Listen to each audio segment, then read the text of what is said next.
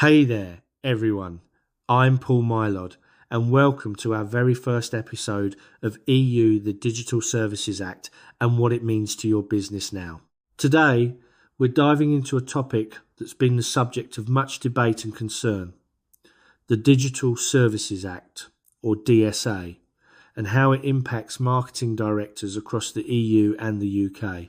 But rather than viewing it as just another compliance hurdle, I want to explore how this regulation can, in fact, become a competitive advantage. So, you're probably wondering, how can something that appears to be so restrictive be beneficial? Right?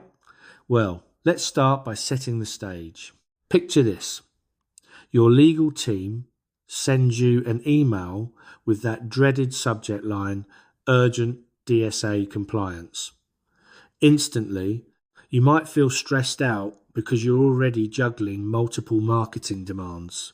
The prospect of complying with a new regulation might seem daunting, and you could be thinking that it's going to restrict the innovative strategies necessary for understanding customer behaviour.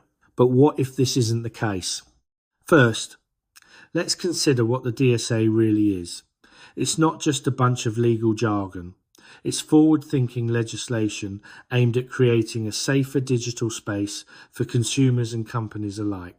The Act enforces transparency and accountability among digital platforms, and yes, it demands strict adherence to new data privacy protocols. But this also means an opportunity for building unprecedented trust with your customers. Imagine running campaigns where your customers aren't just numbers, but partners who trust you with their data because you've shown them that you're responsible enough to handle it. How many brands can genuinely say they've achieved such a level of trust?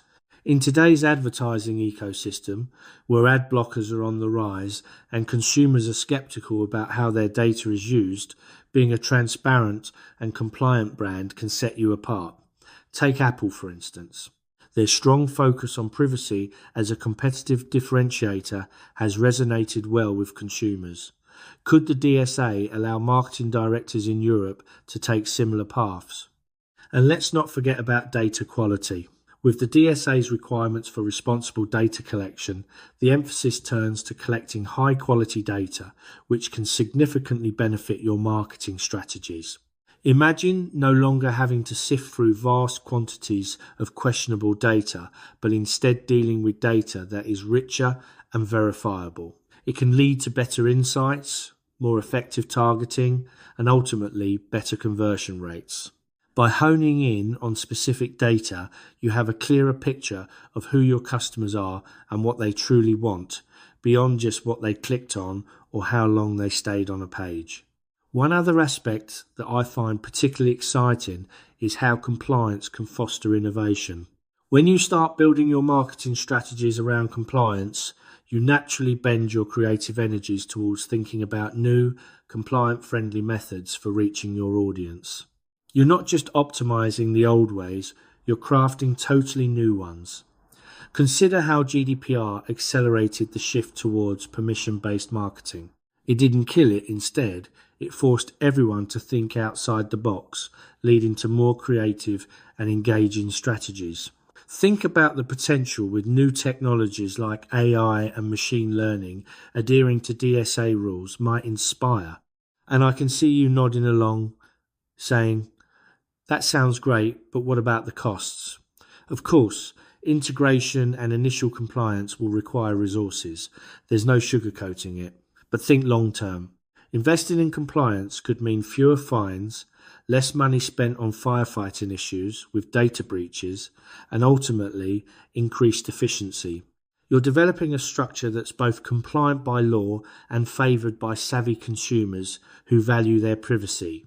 I recall a case study involving a mid-sized retailer who decided to embrace GDPR 2 years ago. Yes, initially they faced the costs of aligning their systems, but soon after compliance, they began to see their customer satisfaction levels and conversion rates improve.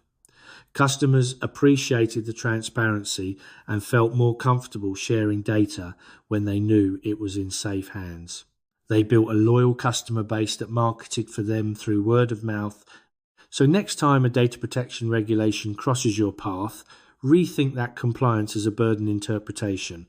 Instead, step back and ask, what doors does this open? And how can I align this with my broader business goals?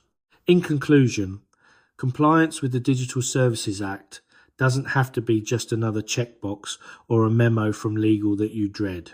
If approached with the right mindset, compliance can carve out a stronger brand identity, offer better quality data, spark innovative strategies, and most importantly, build trust with your audience. That's how you convert compliance from a threat into a competitive asset. Well, that's it for today's deep dive into the world of the Digital Services Act. Remember, every regulation is a chance to recalibrate towards sustainability and growth. Thanks for joining me today on this journey.